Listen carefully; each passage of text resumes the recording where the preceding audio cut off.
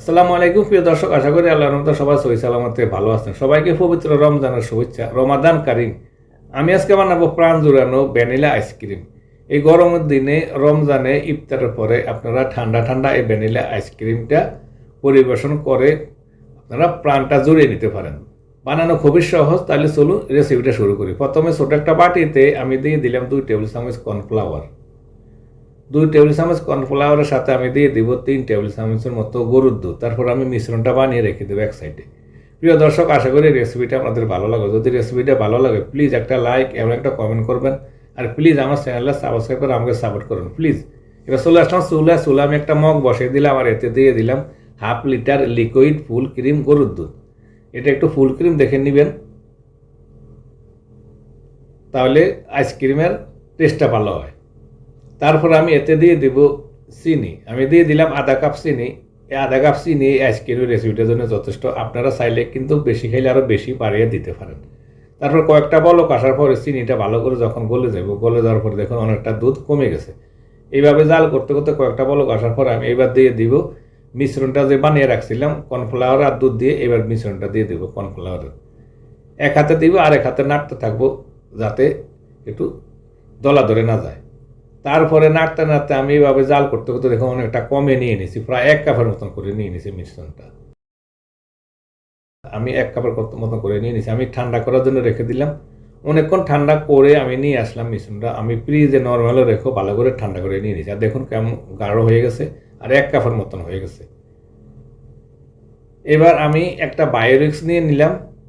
বায়োরিক্স নিয়ে আইসক্রিমের মিশ্রণটা বানিয়ে নিব। আর বায়োরিক্সে আমি দিয়ে দিলাম 1 কাপ হুইপিং ক্রিম। আর এই হুইপিং ক্রিমটা আমি ফ্রিজে নর্মাল থেকে নিয়ে নিয়েছি। এটা ফ্রিজে রেখে ঠান্ডা করে নিয়ে নিয়েছি। হুইপিং ক্রিমটা আমি ইলেকট্রিক বিটার দিয়ে মিডিয়াম স্পিডে রেখে প্রায় সময় নিয়ে 6-7 মিনিটের মতন আমি একটু বিট করে নিব। একটু সময় নিয়ে বিট করে নেবেন, তাহলে যখন দেখবেন ক্রিমটা এরকম ফোমের মতো হয়ে গেছে তখন বিট করা বন্ধ করে দেবেন। এরকম ফোম করে নিতে হবে। বিট করতে করতে তো সময় নিয়ে মিডিয়াম হিটে আমি 6-7 মিনিট এভাবে বিট করে নিয়ে একটু ফোম বানিয়ে নিলাম। এবার এতে দিয়ে দিলাম কর্নফ্লাওয়ার আর দুধের মিশ্রণ। তারপরে দিয়ে দিলাম 1 চা চামচ ভ্যানিলা এক্সট্রা। এবার আমি আরও 1 মিনিটের মতন আবার বিট করে নিব। বিট করে নিয়ে দুধের মিশ্রণটা আমি হুইপিং ক্রিমের সাথে ভালো করে যাতে মিক্স হয় এভাবে মিক্স করে নিয়ে নিলাম। আর এভাবে মিক্স করে নিয়ে আমি এই অবস্থায় আমি রেখে দিব ফ্রিজের ডিপে 1 ঘন্টার মতন একটু ঠান্ডা হওয়ার জন্য। 1 ঘন্টা পর চলে আসলাম, নামিয়ে নিয়ে আসলাম 1 ঘন্টা পর। 1 ঘন্টা আমি ভালো করে ঠান্ডা করে নিয়েছি। আর সাইডে দিয়ে একটু আইস জমা হয়ে গেছে দেখুন।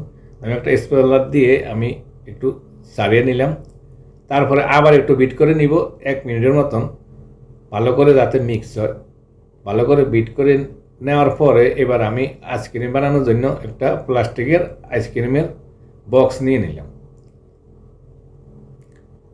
আর এই বক্সে আইসক্রিমের সম্পূর্ণ মিশ্রণটা ঢেলে দিয়ে দিব। তারপরে আমি ভালো করে একটু টাইট করে ঢাকনাটা লাগিয়ে দিব। ঢাকনা লাগিয়ে দিয়ে আমি ডিপ ফ্রিজে রেখে দিব ওভারনাইটের জন্য। আপনারা 8 থেকে 9 ঘন্টা রাখলে চলবো। আমি ওভারনাইট রেখে দিয়ে দিছি। ওভারনাইট রেখে দিয়ে পরের দিন সকালে চলে আসলাম। এবার আমি নামিয়ে নিলাম। দেখুন এবার আপনাদেরকে দেখাই টেক্সচারটা কেমন একটা সুন্দর হয়েছে আর নরম, একেবারে বরফ জমে কিন্তু শক্ত হয়ে যায় নাই। পারফেক্ট একটা রেসিপি। আইসক্রিমের রেসিপিটা পারফেক্ট হয়েছে। আপনারা বাসায় বানিয়ে অবশ্যই ট্রাই করে দেখবেন। আর আইসক্রিমের রেসিপিটা কেমন হলো কমেন্টে জানাবেন প্লিজ। এই গরমের দিনে ইফতারের পরে প্রাণ জোড়ানো এই ঠান্ডা ঠান্ডা আইসক্রিম রেসিপিটা আপনারা বানিয়ে পরিবেশন করতে পারেন। আশা করি রেসিপিটা আপনাদের ভালো লাগবে। যদি ভালো লাগে প্লিজ লাইক কমেন্ট এবং শেয়ার করার জন্য অনুরোধ করবো। আর আমার চ্যানেলটা সাবস্ক্রাইব করুন প্লিজ। সবাই ভালো থাকুন, সুস্থ থাকুন। আবার দেখা হবে ইনশাআল্লাহ। আল্লাহ হাফিজ।